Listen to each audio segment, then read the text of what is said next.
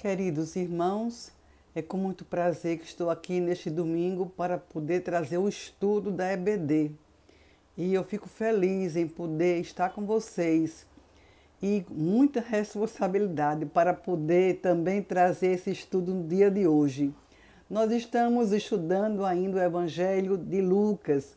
Lucas tem 24 capítulos e são capítulos longos, porque Lucas traz detalhes da história de Jesus Cristo. E a nossa classe está estudando juntamente com a igreja este livro. Claro que nós esperamos um dia que possamos estar presencial, não é? Não está longe, acredito que está perto, não é? Esse dia que vamos estar presencial aí no templo também para a nossa EBD. Muita saudade de vocês. Mas eu quero agora me concentrar no estudo e trazer para vocês que, no caso aqui, trazer os versículos iniciais. O tema de hoje, o amor aos inimigos. Olha que tema desafiador. Amar os amigos, a gente pode dizer que é desafio também, não é? Mas amar os inimigos é um desafio maior ainda. E vocês vejam bem que o Evangelho de Lucas, ele traz também a versão do Sermão do Monte. E quando ele traz, Lucas, ele disse assim que Jesus desceu do monte, parou num lugar plano e começou a ensinar a multidão. E ele narra aí, no domingo passado, a professora Ana Cabral refletiu conosco sobre as bem-aventuranças e os ais. Hoje nós vamos refletir sobre o amor aos inimigos. Aí eu quero perguntar a você, quero questionar logo de início, qual é a maneira correta de tratar os inimigos? Qual é a maneira correta? É a sua maneira que você trata seus inimigos? Ou a minha maneira? Ou a maneira que Jesus ensinou? Aqui eu coloquei o seguinte: será que nós devemos amar os nossos inimigos, fazer-lhes o bem e orar por eles? É isso que devemos? Ou, quem sabe, se nós devemos odiá-los, fazer-lhe o mal e desejar a morte deles? Vamos ver o que foi que Jesus disse aqui no Evangelho de Lucas. Lucas 6, eu vou iniciar aqui de 27 a 31. De 27 a 31, Jesus vai orientar como deve ser o procedimento do cristão. Diz assim: digo, porém, a vocês que me ouvem, amem os seus inimigos, façam o bem aos que odeiam vocês, abençoem aqueles que os amaldiçoam, orem pelos que maltratam vocês, ao que lhes batem numa face, ofereça também a outra, e ao que lhe tirar a capa, deixe que a leve também a túnica. Dê a todo que lhe pedir alguma coisa, e se alguém levar o que é seu, não exija que seja devolvido. Façam aos outros o mesmo que vocês querem e que eles façam a vocês. São palavras de Jesus, não são palavras, palavra de Lucas, não. É Jesus Cristo que diz isso, que afirma para nós, que dá esta recomendação, este modo de viver. Então, vejam bem, você pode afirmar que este é um tema difícil, né? Não, isso aí é um tema muito difícil, é um ideal, é alguma coisa que ninguém vai atingir. Você pode pensar assim. Mas eu achei interessante que o reverendo Caio Fábio, ele diz assim, que difícil é amar os inimigos, ou é difícil viver sequestrado pelo ódio ao inimigo. Viver amarrado, viver no dia a dia com ódio ao inimigo. Difícil é isso? Acho que sim. Ele fala assim: quando eu odeio o outro, eu penso nele todo instante. Quando eu odeio o outro, eu fico irritado, magoado. Eu durmo até com o inimigo, é o nome de um filme, Dormindo com o Inimigo. Então, por quê? Porque é difícil viver assim, na sombra, né, com a sombra do inimigo, com alguém que está querendo o mal para nós, ou que praticou o mal contra nós, e a gente coloca essa pessoa sempre em nossa mente e em nosso coração. Normalmente o ser humano, ele é fácil de odiar e difícil de amar. Vocês concordam comigo, não é? É fácil de odiar e difícil de amar. Mas esse amor aqui pregado por Jesus é um amor que envolve mais do que tolerância. Não é só tolerar o inimigo, não. Esse amor é fazer o bem até os inimigos. Fazer o bem até os inimigos. Na antiga aliança, não existia o amor aos inimigos. Era mais fácil, né? Moisés mandava amar aos amigos, mas o amor aos inimigos não existia. Existia, sim, orações de vingança, que eram comuns. A gente encontra isso no Salmo 137, Jeremias 15:15, o desejo de se vingar dos inimigos. Mas existia até uma expressão, né, que era conhecida por todos, olho por olho, dente por dente. Porque na interpretação de Moisés era assim, odiai os vossos inimigos e amai os vossos amigos. Mas Cristo ensinou diferente. Cristo ensinou amar e tolerar o próximo. Amar e tolerar o próximo. Ele não disse assim, ame só os amigos. Não, amar e tolerar o próximo, amigo e inimigo. Isso aí é difícil para a gente, eu sei que é. É difícil também para mim. Não é assim, eu vou me esforçar para amar meus inimigos. Imaginem, eu vou fazer um esforço tremendo para amar as pessoas que me magoaram. Não existe isso. Não é algo nosso. O comentarista bíblico diz que só podemos amar aos inimigos pelo poder do Espírito Santo. Porque em Gálatas 5, 22 e 23 tem um fruto do Espírito. Então só podemos amar tanto aos amigos e inimigos pelo fruto do Espírito Santo. Amar, abençoar e orar os nossos inimigos realmente é sobrenatural. Não é algo natural, não, é sobrenatural. Não vem de nós mesmos. Aqui, Jesus Cristo, eu li para vocês, quando aqui fala que se bater a face, dê a outra face, não é? Bater na face da pessoa e tirar a túnica, tirar a capa, era assim, era uma maior das humilhações para os judeus. Bater na face e tirar a túnica. Jesus ensina, então, a não revidar, até mesmo oferecer a outra face, que ele fala aqui. E até mesmo se levou a túnica, a capa, né, que leve também a túnica. Tudo isso a gente precisa agora meditar um pouco, né? E pensar um pouco sobre isso aqui. Aí, veja bem, eu coloquei o comentarista bíblico aqui, o Ari Wisby, ele explica que Jesus ensina que não se deve utilizar da violência contra a violência. Porque se você recebe violência, você não deve retribuir com violência. Se você recebe o mal, não deve pagar o mal com o mal, mas sim o mal com o bem. É o ensinamento de Paulo. Porém, a autodefesa deve existir. Quer dizer, eu preciso me defender, senão eu morrerei. Então, a autodefesa precisa existir. Agora, não é ser passivo na violência. Observe vocês, que eu estou agora argumentando. Não é ser passivo na violência.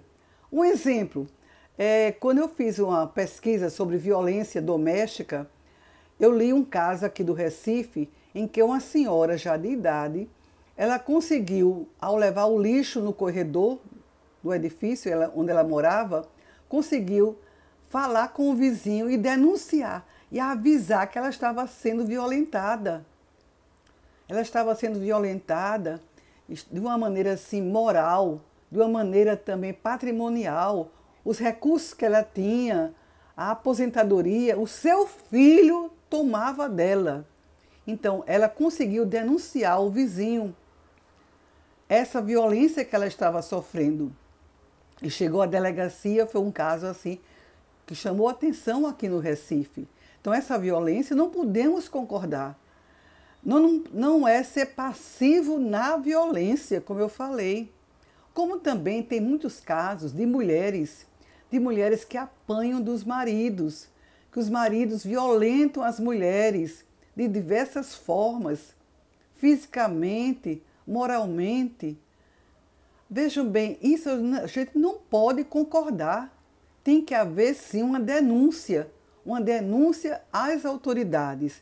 Não é agir violência contra violência, mas sim denunciar às autoridades.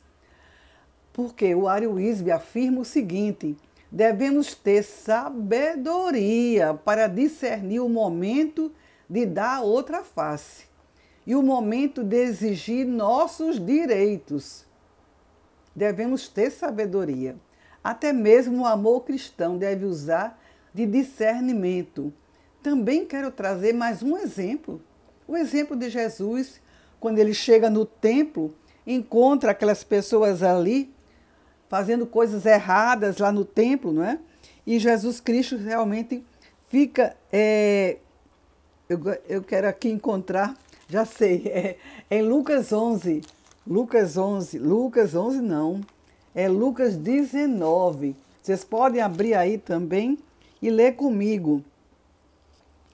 Quando Jesus chega ali e encontra, depois entrando no templo, Jesus começou a expulsar os que ali vendiam, dizendo-lhe: está escrito, a minha casa será casa de oração, mas vocês fizeram dela um covil de salteadores.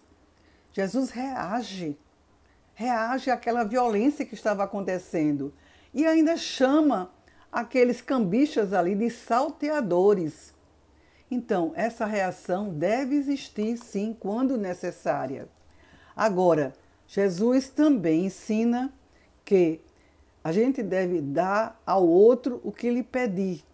Aqui, alguma coisa, se o outro lhe pedir alguma coisa, você deve dar. E se alguém levar o que é seu, não exige que seja devolvido. Como pode, né? Lucas aqui, ele amplia um pouquinho. Mateus não fala, mas Lucas já fala no furto. Se ele levou, não exige que seja devolvido. Mas aqui a explicação é que Jesus estava se referindo aos mais pobres e também aqueles mendigos que viviam ali no meio do povo. E que o cristão verdadeiro deveria ajudar sim. Não agir com usura, e sim ajudar. Eu quero também agora ver o último versículo que eu li aqui, que é a regra de ouro. Diz assim: façam aos outros o mesmo que vocês querem que eles façam a vocês. Façam aos outros o que vocês querem que eles façam a vocês. Jesus disse uma frase que era bastante conhecida do povo e era conhecida de uma forma negativa. Ele aqui fala de uma forma positiva: faça aos outros. Inclusive diziam assim: não faça ao outro o que você não gostaria que o outro faça com você. De uma forma negativa. E Jesus aqui coloca de uma forma positiva. E nos versos 32 a 34, Jesus realiza 3 perguntas retóricas. E ele mesmo responde as 3 perguntas. As 3 perguntas são as seguintes: se vocês amam aqueles que os amam, que recompensa terão? A primeira pergunta: que recompensa terão? Se fizerem o bem aos que lhe fazem o bem, que recompensa terão? E a terceira pergunta: se emprestam aqueles de quem espera receber, que recompensa terão? Parece que o ser humano não é só faz o bem porque vai ter recompensa. Parece que nós somos assim, não é? Esperamos sempre uma recompensa. Então, recompensa, a gente deve amar sem pensar em recompensa, é o que Jesus fala. Porque amar é fazer o bem sem esperar retorno. Quando uma pessoa faz o bem, espera sempre uma recompensa, é normal de qualquer um. Ah, não, eu vou fazer o bem, já sei. Aquela pessoa um dia, quem sabe, pode precisar de mim. Aquela pessoa, quem sabe, não é? Pensa sempre numa recompensa que possa acontecer. Porém, Jesus afirma que os pecadores também fazem isso. É igual aos pecadores. E ele dá 3 respostas. As 3 respostas são as seguintes. Primeiro, porque até os pecadores amam aquele que os amam. Segundo, quando ele fala que deve fazer o bem e não esperar a recompensa, ele fala também os pecadores, até os pecadores fazem isso. Não é nada demais você fazer o bem, não é? Porque os pecadores também fazem isso, esperando recompensa. E a terceira pergunta, ele dá a seguinte resposta. Também os pecadores emprestam aos outros para receberem outro tanto. Aqui ele está tocando numa ferida ali naquela comunidade. Porque os rabinos judeus emprestavam com juros aos pequenos agricultores. E os pequenos agricultores viviam sofrendo por causa desses juros. Então, quem tem recursos, nós cristãos que temos recursos, devemos ajudar os que não têm. É uma prática nossa. Eu sei que você ajuda. Nós, agora mesmo na MCM, nós estamos ajudando ao Lar Bem, que tem as crianças que vivem no asilo, como também nós estamos ajudando aos anciãos que moram na várzea também, no lar do ancião. Então a gente está sempre ajudando ao nosso próximo. Finalmente, eu gostaria de ler aqui os versículos finais, quando Lucas faz um resumo de tudo que Jesus fala. Lucas 6, 35 a 36. Ele faz um resumo, ele diz assim: vocês, porém, amem os seus inimigos, faça o bem e empreste sem esperar nada em troca. Vocês receberão uma grande recompensa e serão filhos do Altíssimo, pois ele é bondoso até para os ingratos e maus. Vejam bem, ele faz uma conclusão aqui, ele diz tudo que Jesus falou e afirma também que Jesus Cristo disse que nós teremos uma recompensa, porque Deus recompensa, Deus é bondoso para os maus e também para os ingratos, quanto mais para nós, que somos justificados pelos nossos pecados. Então eu quero assim, que você pense comigo, que devemos fazer o bem, devemos amar e emprestar sem esperar nada em troca. É isso que Jesus Cristo espera de nós. Você pode falar para mim e eu posso também dizer para você, é muito difícil. Mas não é algo sobrenatural. Não é algo natural. Só o Espírito Santo de Deus vai nos conceder essa capacidade. Que nós possamos orar, nós possamos ser fiéis ao que Jesus Cristo ensinou. Que nós possamos ter um dia abençoado e uma semana também diante do nosso Senhor, agradando sempre ao nosso Deus. Oremos. Senhor Pai, muito obrigada por este momento aqui. Obrigada, Senhor, pelos ensinamentos de Jesus Cristo. Obrigada, Senhor, pela nossa classe Débora. Nos ajuda, Senhor, a procurarmos ser misericordiosos, Senhor, como Tu tens sido misericordioso também, Senhor, para que possamos agir com misericórdia com o nosso próximo. Nós sabemos, Senhor, que Tu és misericordioso e que a Tua misericórdia se renovam a cada manhã. Ó meu Pai, nos ajuda, Senhor, a cumprir o que Tu mandaste. Eu sei, Senhor, que é difícil, mas nós podemos fazer isso, nós podemos realizar. Nós podemos realizar, Senhor, pela orientação do Teu Espírito Santo. Nos ajuda, Senhor, eu oro em nome de Jesus. Amém. Até o próximo domingo.